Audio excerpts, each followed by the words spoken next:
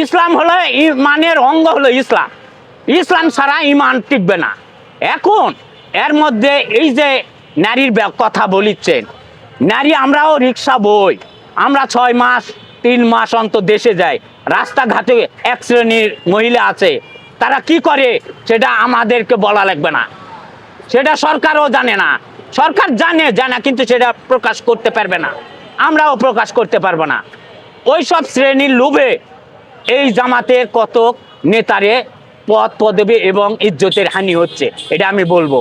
তাই বলে যে জামাতের লোক কিংবা আওয়ামী লীগের নেতার লোক, বিএনপির নেতার লোক, এই সব লোকের কারণে এক শ্রেণীর মহিলারা আছে, ওই মহিলারা টাকার লোভ দেখায়, টাকার বিনিময়ে অনেক কিছু করে, কিন্তু এটা সরকার বুঝতে পারে না, এটা সরকার তদন্ত করে এর ফায়সালা করতে পারে না।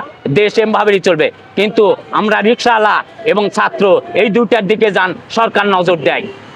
ওই পদ পদবি ওই নেতার দিকে যান, নজর দিলে তারা কিন্তু টাকার বিনিময়ে, হাসিনা খাইছে টাকার বিনিময়ে, তারেকও খাবে।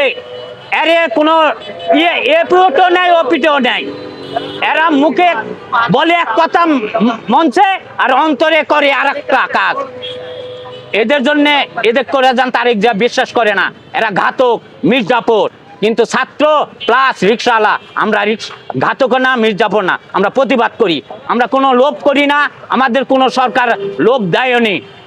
এ পর্যন্ত আমার বয়স 50-51 বছর হচ্ছে, আমি সরকারের 5 টাকা কোনোদিন অনুদান নিইনি। আমি বিএনপির একজন কর্মী ছিলাম, আমি খাসি মেরে খাওয়াইছি, আমার নিজের খাসি পালা 1700 টাকা দিয়ে খাসি কিনা 2 বছর পালা, সেই খাসির দাম 7 থেকে 8,000 টাকা হবে। আমি অন্তরে বলছিলাম যে বিএনপি কোনোদিন ক্ষমতায় আসলে এই খাসি দিয়ে আমি খিলাবো, আল্লাহ সেটা পূরণ করছে এবং আমি খাওয়াইছি।